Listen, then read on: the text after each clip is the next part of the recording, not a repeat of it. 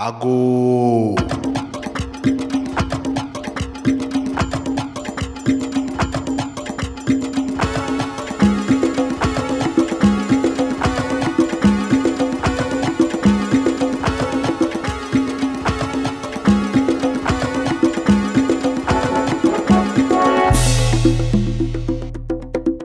Hello and welcome to another episode of the Heritage on Air series on Citi TV and Citi FM. Now, the Heritage on Air series is brought to you by Miss Cookie Spices. No blending, no peeling, just scoop and cook.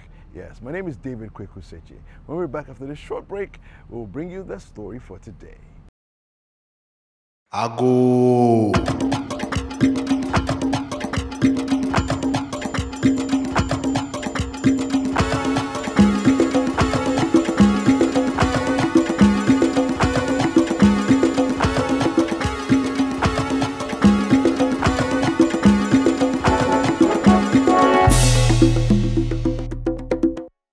Welcome back. Now, on today's conversation, we're looking at Ghana's coup d'etats. Now, you know that we've had quite a few, and they've dotted, the history since independence. And let's look at what they were, the antecedents to the coup d'etats, and what sort of impact they've had on our country in general.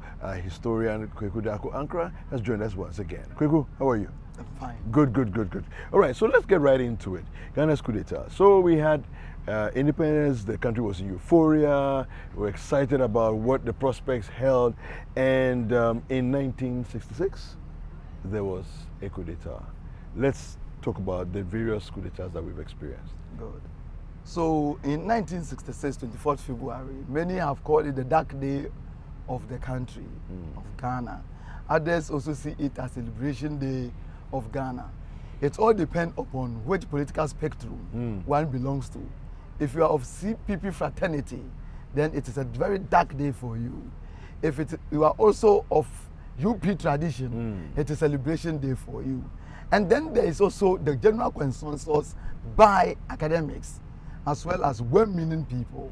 And many have seen it from an academic point of view, that the independence indeed, when you take what happened then, and what people said, and what people are doing afterwards, after all the criticism against Nkrumah, then the independence, the coup itself was meaningless, because what they intend or claiming to do different, they couldn't do. Rather, things have become, and we have moved from worse to worse, instead of improving and moving forward. So in terms of economics, in terms of educational development, in terms of the well-being of the people, in terms of opportunities in the society, do we have that? In terms of as a country, our self-well-being, self-reliance, and so on. These are a lot of arguments that come into the discussion, rather than the simplistic thing that Kwame Nkrumah was an autocrat and someone was a democrat. At the end of the day, the ultimate aim of every government is not only the pursuit of happiness, but the general feeling of goodness among the people. When you wake up, are you capable of taking care of your child? Yeah. When you wake up, do you have a good, well-paying job that makes you happy?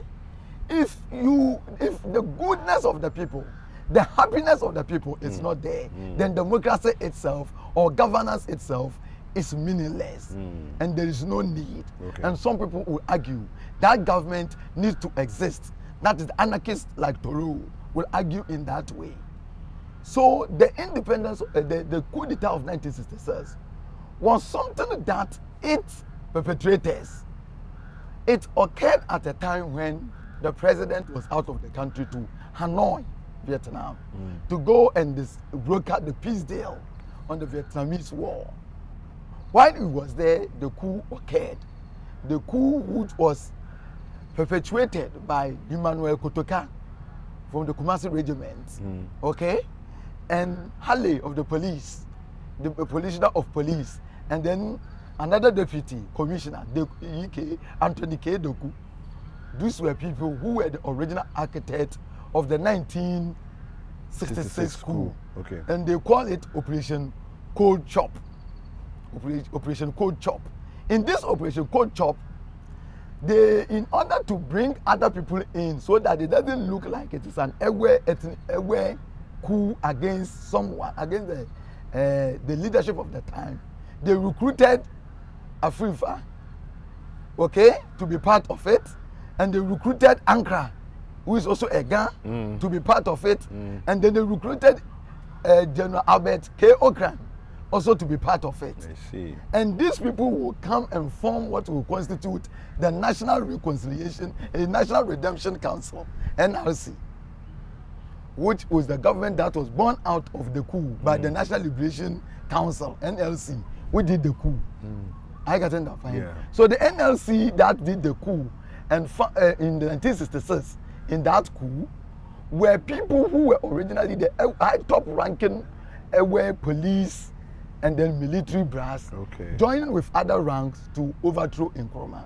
At the time the overthrow took place in 1966, there were 6,000 officers, military officers, and 14,000 ranks. To so many people, it was many. And to the coup makers, their desire for doing so, one was that Nkrumah has become an autocrat, because Ghana has become one-party state.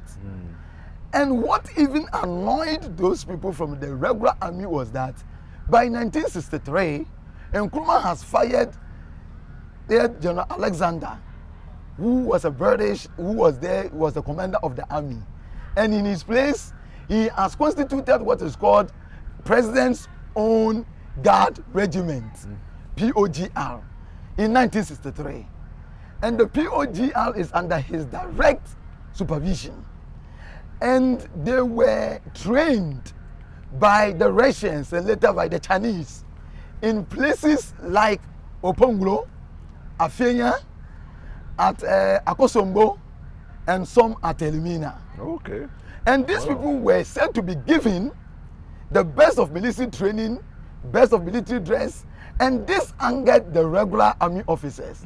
So why the President's Own Guard, POGRs, which is the President's Own Guard Regiment, were enjoying all the opportunities and freebies that goes with it, those in the regular army were not getting the opportunity. On top of that, Air Marshal Otu, Stephen Otu, was retired from the army. General Ankara too was retired from army.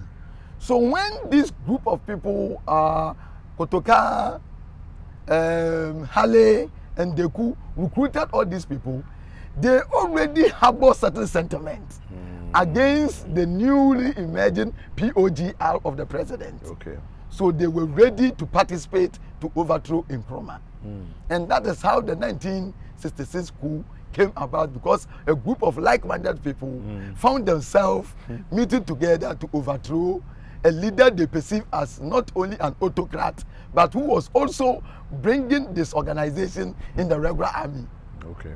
So they engaged in this coup, what they called Operation Cold Chop. And then Nkrumah was eliminated. Eliminated. So the NLC that came, they also have their leadership. Now, as I've explained earlier, they brought other people from other ethnicity and they put him. Just 2 to 3 years after they were even on power.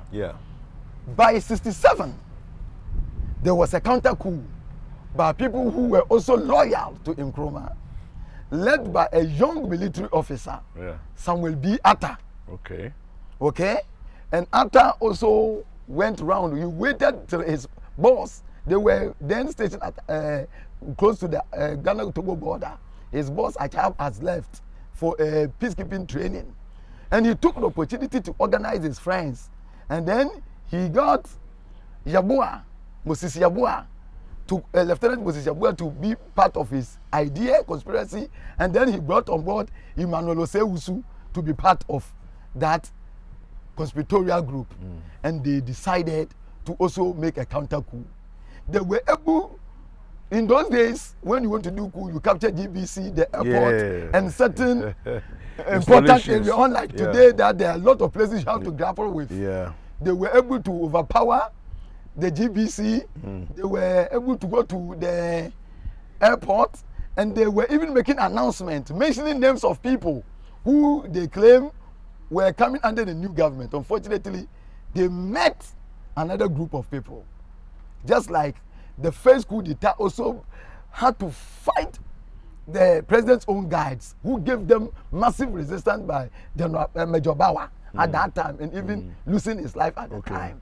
In this same one, Atta and Co too had serious problem, and as a result, Kotoka was shot in the process. UK Kotoka, and as a result, his name later was to be immortalized in the airport, Kotoka International Airport, because of the sudden manner in which he lost his life through. But did it happen around that area? It is said to be have happened around that vicinity. Okay. So if you look at that coup d'etat, counter coup that came, there were other sub counter coups that came, but however they were able, the NLC, in fact in that coup, when they were going to the castle, the interesting thing was that General Ankara, who was then the head of the NLC, when he realized he was in a tight corner, he jumped into the sea from the castle and swam all the way to Osu side. Has it not been his progress as a swimming expert, he would have lost his life in the process. So this shows you what also happened after these coup makers have overthrew Nkrumah. They didn't also have it easy. So the counter coup was not successful? It was not successful. Okay. As a result, these people were charged, court-martialed, and they faced the firing squad. There's a video of it which you can watch. Those of us, we will be showing it for people to see on that counter coup. And then again, after that, the people ruled by 69. There were a lot of things that was going on. The regime itself also found itself with issues of corruption.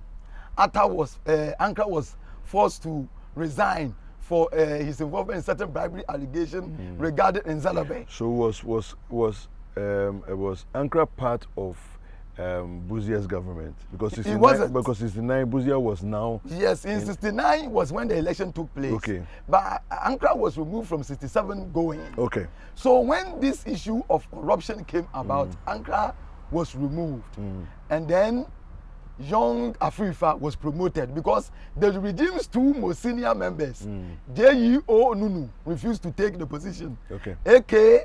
Okran also refused to take the position. So Afrifa, who was bold enough, come and take the chairmanship of the NLC and continued on from there. Okay, so we're going to take a quick break. When we are back, we're going to finish up the conversation on Ghana's coup d'etat.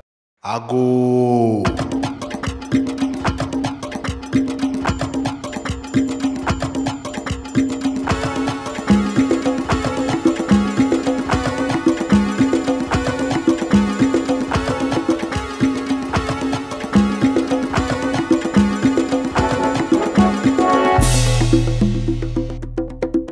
I've been using Miss Cookie for a very long time.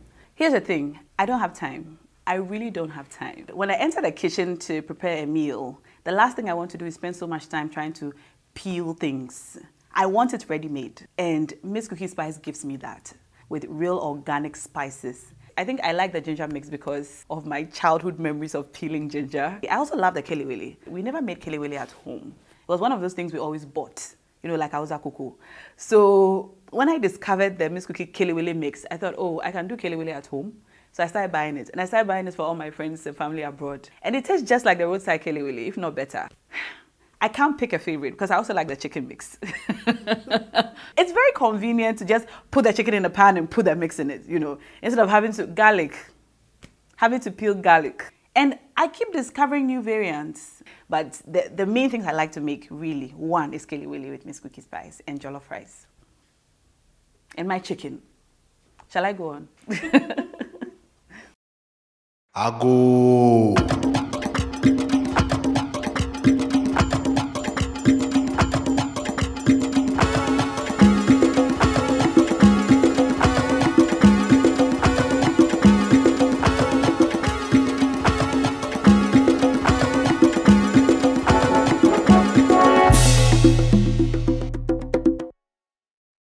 Welcome welcome back. We're speaking about Ghana's coup d'etats and the impact on where it is we find ourselves as a nation now. And you had spoken earlier about the 66 coup, and then of course there was a counter coup, which was unsuccessful.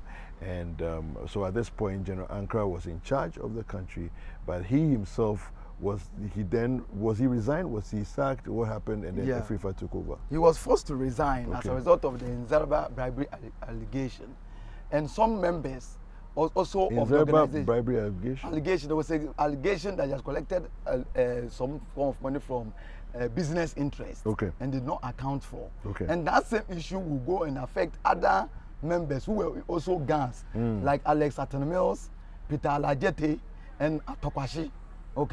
All of these people affected them, and the fourth person was Modesto Apalu. So all these people later, they will find themselves in the United Nationalist Party of Joe Appiah in 1969. They did not go to join the PP tradition. So the 67 counter coup was very critical. It was under the code name Operation Guitar Boy. It's about the famous song of the time, which was played by a famous Nigerian high life musician called Sir Peter Uwafu. He played that song Guitar Boy, and that's what they use as their operation them to do the coup. So in 69 there was election, and in this election Buzia emerged as the prime minister of the country. So we are in democratic dispensation. In 72, starting getting to 72, there was another coup. This time led by Achampong, General Abu, and Salome. Those group of people also did the coup. Abu, who was a godson of General Carter, who was a member of the Buzia regime at that time as Army General, was also involved in this coup.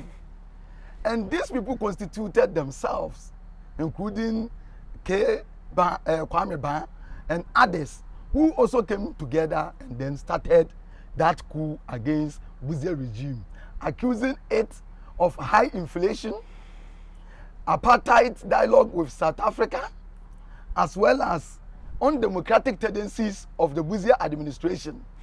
No court, certain all like the usual suspects. Whenever they do the coup, they have to find ways to chronicle litany of things that you have done that most Ghanaians are not in sync with. So this coup, unlike the 66 coup, was bloodless. It was peaceful. No one was killed, and they were able to execute the coup, capture all the vital security installations, and they emerged. So they founded the government, what they call the National Reconciliation Council, NRC. By getting to 75, they became the Supreme Military Council. Within that time, there was a counter coup, codenamed Operation Other Ranks, because when this coup was made, a lot of people who were involved were accounts, and they felt that everybody thought that no, they need to be part of it. But of course, because Abo is there, Salome is there, so you cannot accuse them of that. So it was foiled. That coup was foiled, and what happened was that it continued from 75. And they formed the Supreme Military Council. When Achampong realized that there was so much agitation after all the operation, food yourself, self-reliance, Pan-Africanist idea to bring reforms, of which he did well more than any other military regime we have ever come across. Doing all those things, there was also issues of Kelebule corruption all over. There was also hoarding everywhere, which was affecting the governance. Profiteering, hoarding, all of these things were going on. And there was also general corruption in the system. So because of this issue, he had wanted to bring what is called unity government, Unigov. And the Unigov was to set into what is called a sort of franchise for the people to vote on it, to see whether they want to join, yes or no, for the Unigov. And when it was done, the election was rigged heavily, and Ghana, National Union of Ghana Students, Movement for Freedom and Justice, and various political organizations and professional bodies fought against it. And that election itself Justice Aban was supposed to declare, I learned he went to hide in American embassy and declared it and fled at the time. Of course, the unity government idea did not come on. Okay. While it was going in, there was a police coup d'etat by General Frederick Akufu, who was a champions number 2. He and his people do the coup d'etat immediately and started promising that in the next September going in, there was going to be an election. So while he was on it promising, there was another coup. First coup, which was made in 15th May by the young army officer, First Lieutenant Rollins. Unfortunately, he was arrested and a lot of issues went on.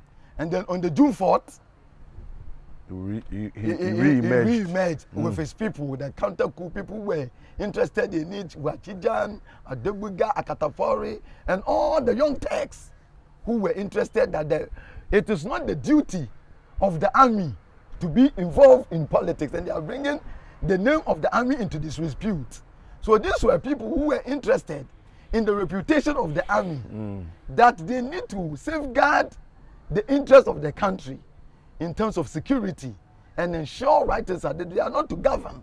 So these young people, even though Akufu had put down the majority and were going for the election, what the June 4th 1979 coup d'etat did was it speed the action, it hastened it. So under the supervision of Rollins, election was run in 1979. And then PNP under Hillary Liman won the election. And when he won the election in 1982, again, Rollins returned back again, accusing the regime that the very canker he had accused in 81, the very canker he had accused the previous regime of Kalabule, the hoarding, the corruption has still come back. And as a result, he came with his 31st December revolution. And then he was able to overthrow. So unlike his AFRC regime, which came, Armed Forces Revolutionary Council of the 79, which was short-spanned and had interest of being corrective, ensuring that the right things are done to move back to democratic dispensation. The 31st December revolution had a business of ruling the country to rid it of its corruption, Kalebule, hoarding, and any other organizations and institutions that they deemed to historically have been conniving to ensure that certain military government and private civilian regimes stay on. They started dealing with them. It is under this reason that the coup makers started and the cadres started attacking the Masons, the businessmen, and the churches.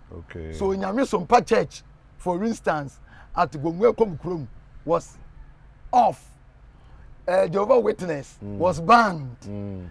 Church of Latter-day Saints, they were banned. And a whole lot of institutions and organizations, they see their behavior to be on towards the regime. They dealt with them. And so from that time, Rollins went from the 81 all the way. But he also suffered series of counter coup. There was one by Abdul Malik, who tried to invade Ghana from Togo. There was Jiwa, Halidou Jiwa's intention to also do a counter coup. Even later up to 89, 87, 89, Major Kwashiga, who was a member of the PNDC, Provisional National Defense Council, was also accused of a coup and he was removed from the PNDC. And the PNDC was able to rule from 81 all the way to 1992 until the call for democratic rule came into existence. And since then, we have had democracy up till now without any military intervention. So let's rehash what we've just gone through. So we have 66, we have 60. So in between 66 and 69, there was a counter coup. Then we had 72. So in calculation, the coups that have happened is 8. Yes. Including the counter coups. Including the counter coups. But the coups themselves have been 66, 72, 78, 9 and 81. Yes, and 81. 81. So 79 there were two. The Palace coup d'etat, Yeah. as well as Rawlins's coup d'etat. Okay. Had been making that fall. Yeah. Yeah. Okay. Now, the reasons for the coups all seem to be some sort of dissatisfaction with whatever was happening at the time by the various groupings. So I see that some of them, they say economic reasons, but some of them too, they say undemocratic reasons, so, and so on. If you were to take events that are happening today, all the events, the worst of its kind happening under this Fourth Republic, if you were to take all these events and to position it in 66, this country would have been ripe for coup d'etat, and people would have applauded. Interesting. Because some of the things that are happening today were not even happening then. Okay. Look at amount of money that were people collected, like Roger Feli, and people were complaining about much less amounts of money. And look at what is happening in people's bedroom today. If that thing had happened in those years, in fact, that regime wouldn't have had stay for even a year. In those days when the military were at their apogee, and they were not ready to listen to any nonsense from the civilian regime. And one was removed because the main coup makers, he had brought president's own guard regiment, which was being treated very well than the regular army. But you know, this is interesting because, and I stand corrected, Rawlins's group of 64. Were they not similar? It was the same. To what it was the same. What people were also complaining. By the time Rawlins had his 64 commando units, what had happened was that all the major players involved in all the coup d'etat have been. Rawlins finished most of those leaders. The killing, the bloody nature of 79. Because someone like Afrifa, who was then not even involved in government at that time, was a member of parliament. And he was doing his farming. He was a farmer. They went to grab him because they know that if somebody want to do anything as far as our Oketechie is alive, if they get him involved, that person will succeed. So Rawlins regime did a strategic cleansing. Everywhere cleansing. So anybody who have the capability, so military-wise, all the military people who had the capability of dealing with them, either they chase you away from that country or they make sure they were killed. Okay.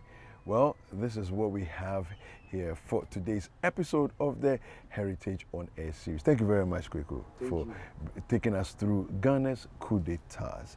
As he said, there were 8 in all. There were 4 major ones, and there were other 4 smaller ones that many of them didn't actually succeed as well. Well, this is it for Heritage on Air series today. Thank you for enjoying this with us on Citi TV and Citi FM. It was brought to you by Miss Cookie Spices. No blending, no peeling, just scoop and cook. My name is David Kweku Citi. Take care. Ago.